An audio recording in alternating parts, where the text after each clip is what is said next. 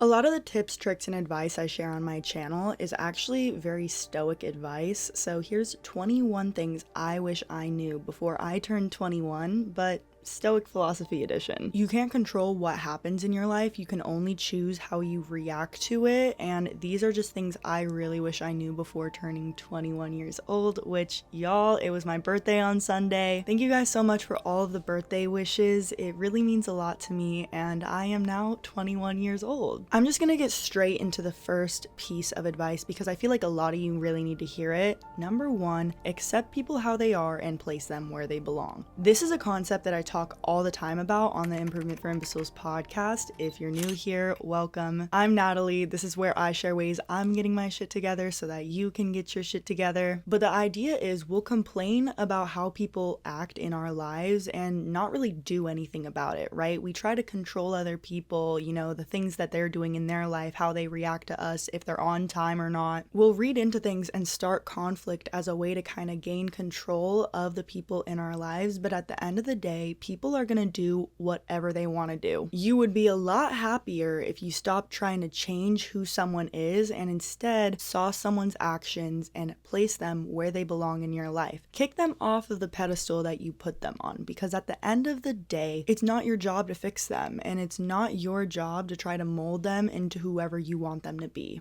One of my best friends taught me that advice, and it literally shifted the entire way I view people, because it's like you actually have a say in who you do and don't allow in your life, and that gives you a sense of autonomy and security in the fact that you don't have to tolerate things if you don't want to tolerate them. Number two, no relationship is worth giving up on your dreams. Not friends, not a boyfriend, not your parent. Sometimes we look for a sign outside ourselves in order to become who we want to be and actually chase after our dreams, but nobody is going to hold your hand into doing what you want to do. Nobody is going to know who you want to become. We get scared of failure and people not accepting us for who we are, but let me ask you this question.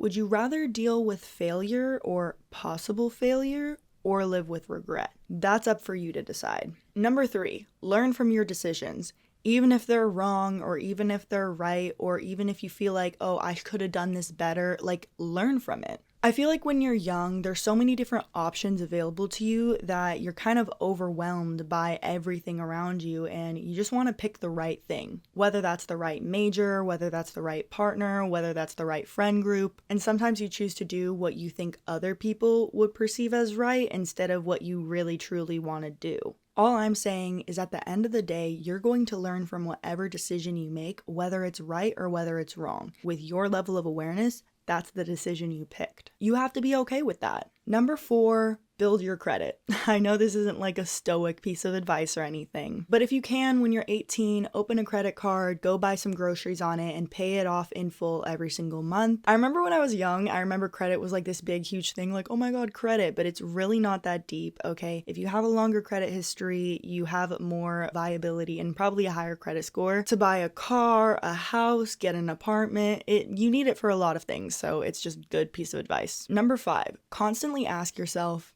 is this necessary? Think of your emotions not as something that overrules you, but as something that's trying to bring your attention to a thing, right?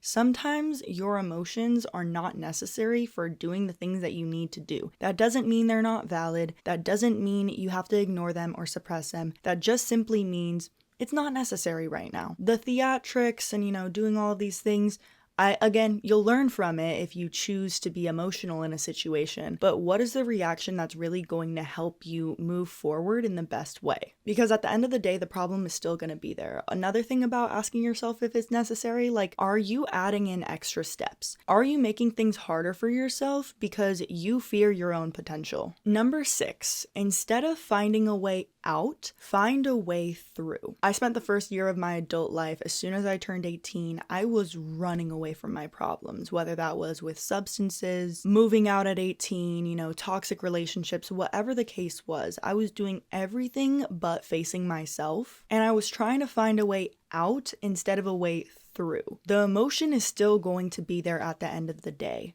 What are you going to do about it? The anxiety is still going to be there if you don't go to the social function. The anger is still going to be there if you yell at them. The pain is still going to be there once the numbness rubs off. So what are you going to do about it? I'm not going to sit here and say I fully learned this lesson, because obviously sometimes we do avoid things, and at the end of the day, we'll learn from it. But I can confidently tell you that every single time I've tried to run away from something or avoid my problems or my emotions, it has come back to bite me. So stop trying to find a way out. Find a way through. Number 7, pace yourself when drinking. Again, not a stoic piece of advice, but a good piece of advice to include. We live in a society that really normalizes drinking, and I'm not saying don't have fun, but at the same exact time, be aware that more drinks doesn't always mean more fun. Be able to limit yourself and not be persuaded by others to do something just because you're in a social setting. Number 8, stop oversharing. You don't need to tell your friends everything. That doesn't mean you're a bad friend. That doesn't mean that you're trying to keep secrets or whatever the case is. It's just not everything is everyone's business. Not everything you share with one person is going to be kept a secret with that one person. If you don't want everyone to know about it, it's probably best to be very careful with who you share certain information with. And y'all, there has definitely been a few times where the universe placed some people in my life to make me learn this hard lesson, but not everything is everyone's business, and that's perfectly okay. Number 9, do something to improve yourself every day, whether that's going to the gym or whether that's getting out of bed. Even on the days you don't feel the best, it's actually the most important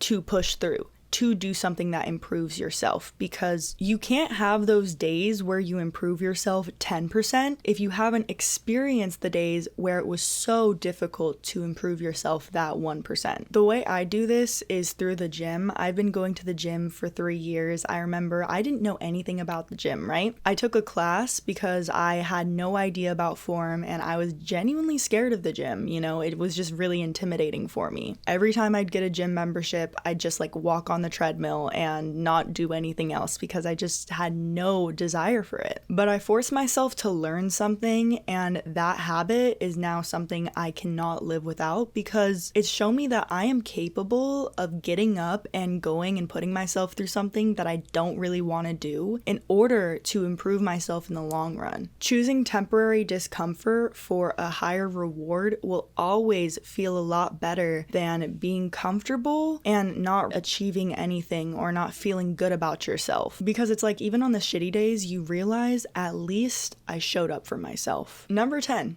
it's okay if someone doesn't like you.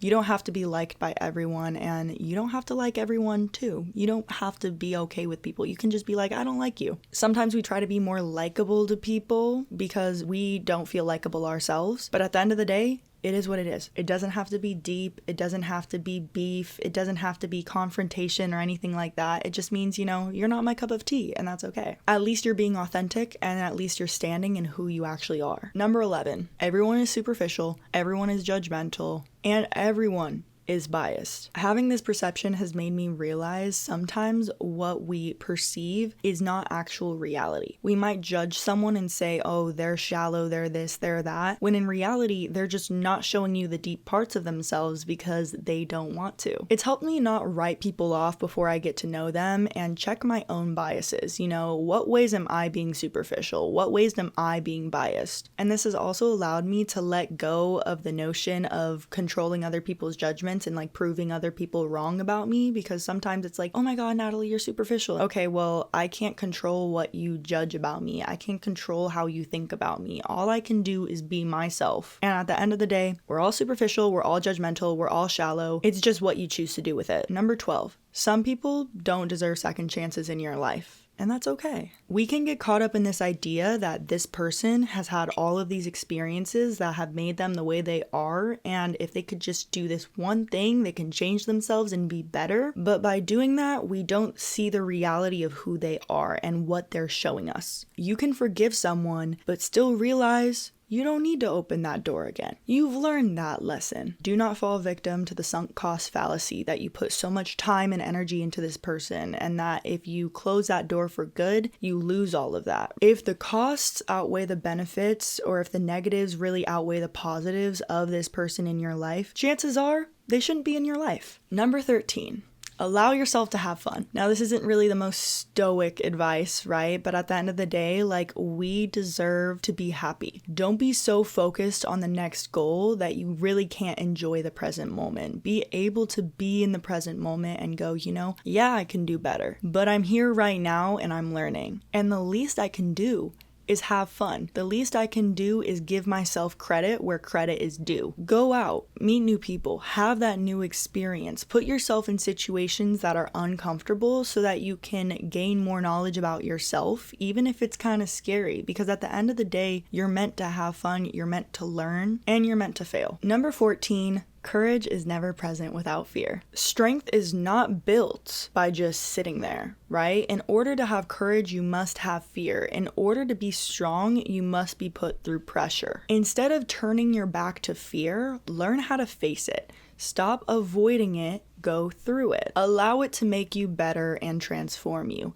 That's what it's here for. The highest possibility you can see for your life is really just the basement to your higher self. And what I mean by that is oftentimes when we're in negative situations, we go, this is the best thing that could happen in this scenario. I don't really know. This is the best possible outcome. But really, that best possible scenario that you imagined is really just the starting point for who you are about to become. And you don't see the blueprint of your life yet. You don't see what the universe is preparing for you. You don't see all of the good things that are coming to you. Look at the facts of the situation. Look at the situation you're in now and where you want to be. Work backwards. It's like a house isn't built from someone just like walking on a piece of land and going, I guess this is good, and they just start hammering things into a piece of wood. Like, that's not how houses are built. There's always a blueprint. There's always a plan in place in order to get to that finished product. They start already with the vision of what it's going to be at the end.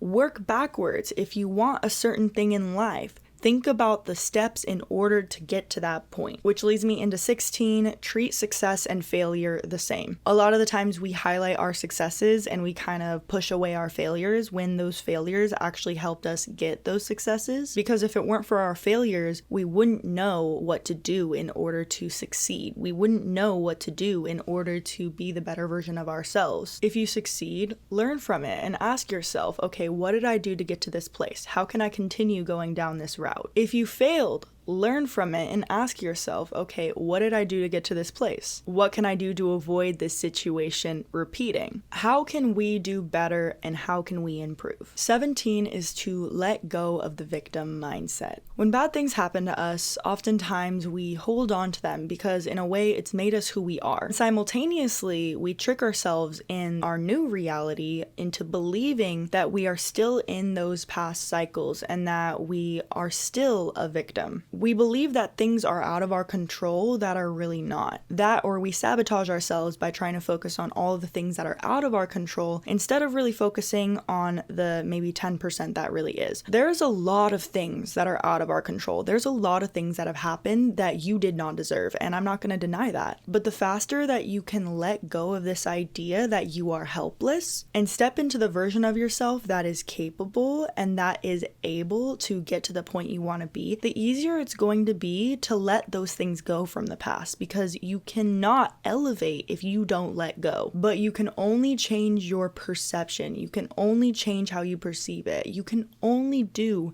better. Take it as it resonates. This advice is nuanced, but I think in my own life, I've realized that I'm capable. I'm not a victim. You're right. I'm going to rise above this. And allowing myself to kind of face the things that I don't want to face and not give myself excuses and avoid the actual problem, trying to seek for a way through it instead of around it. Either way, life is going to dick you around. The only thing you have control over is your perception and the choices that you make in reaction to life dicking you around. Number 18, if you're not sure, it's probably a no. And this one is a hard pill to swallow because a lot of the times we'll be in this I don't know stage, I don't know if I want this person, I don't know if I want this friendship, I don't know if I want this job, I don't know. Deep down, we already know. Right? You already know the answer. You just don't know what you're going to do when you uncover that reality, right? You don't know what you're going to do and you're scared of jumping into that next phase of your life. You're scared of, what if this doesn't work out? You're so focused on the what ifs that you forget Your heart is calling to you for a reason. Sometimes you just have to trust that, like, I don't know what's next. And at the end of the day, I know this thing isn't for me because it's stagnating me. I'm not in alignment and I want to do better for myself. Sometimes we stay in situations longer than we need because they're comfortable rather than right for us. We mistake the past as being our future when our past is just a reflection of our own inner state, because we can't actually go to the past, right? You can't recreate these moments. You're just bringing your past into your future because you're so afraid to let go. But that's, again, for you to decide. And at the end of the day, I feel like this is a lifelong lesson too. Like, sometimes we get comfortable and we just have to ask ourselves, what do we really want? Number 19, always learn. If you're going to college, I think it's so important to take classes that you are genuinely interested in rather than just something that you have to do. Take time out of your day to really put yourself to it and learn. Don't be lazy, okay? I know there's all this AI and whatever, and again, some classes, it's like, I'm not interested in that. But for the things you're really interested in, really put time into like learning something and becoming better. Because when you're a student of life, there's never going to be a dull moment because you're always going to be learning something new and exploring different perspectives and constantly elevating yourself. Number 20, keep a journal so that you can identify your thought patterns. You cannot become aware of a problem if you are avoidant of self-reflection. Journaling really helps you become aware of certain patterns in your life and allows you to find possible solutions for them in a healthy way. And honestly, I want to make another journaling series, so let me know if you guys would be interested in that, because I have a lot of journaling tips that I've learned over the years. I remember I made one video when I was like 18 about journaling, but you know, it's a long time ago that I made that video, so I want to remake it. It's also a great way to monitor your progress because you'll look back at your old journals and be like, wow, I've come so far, right? You're not going to be as forgetful of things. There's just so many different benefits to journaling that I can cover in an entire video. And lastly, try not to burn a bridge, right? You cannot control what people do or don't do. Only burn a bridge if it's like really, really necessary, because a lot of the times we get in our emotions and we might make a decision that isn't really the best thing for us. And I feel like one thing I wish I would have told my 18-year-old self is, don't burn bridges. Just remove yourself from situations that are no longer serving you. You don't have to be, rude or have some big blow up fight or whatever. Sometimes it's necessary, right? I'm not going to say you should never have those type of things. Honestly, some of them are unavoidable. Burning bridges can cause a negative perception on you, and at the end of the day, you don't really know who's watching, right? If you're going out of your way to make issues with people, it's not going to be a good look for you, because at the end of the day, nobody likes someone who's always causing problems. Just remove yourself from situations that are no longer serving you. It's completely valid to do so. If you have to, sure, burn a bridge. But if you don't have to, just avoid it, It's not necessary. People come in and out of our lives all the time to teach us lessons, to evolve as people. These are things that are necessary for us to go through. With that being said, you guys, thank you guys so much for tuning into this week's episode of the Improvement for Imbeciles podcast. Let me know down in the comments if you agree with this stoic advice. And be sure to like this video, subscribe to push me back out into the algorithm. I've been reading up on stoicism recently, so instead of just doing, a 21 things I wish I knew before 21, I decided to have it be more like philosophical, because a lot of my advice is very deep and it's very nuanced. So whether you're under or over 21, I really hope this advice helped you. With that being said, you guys, thank you, and I'll see you next week.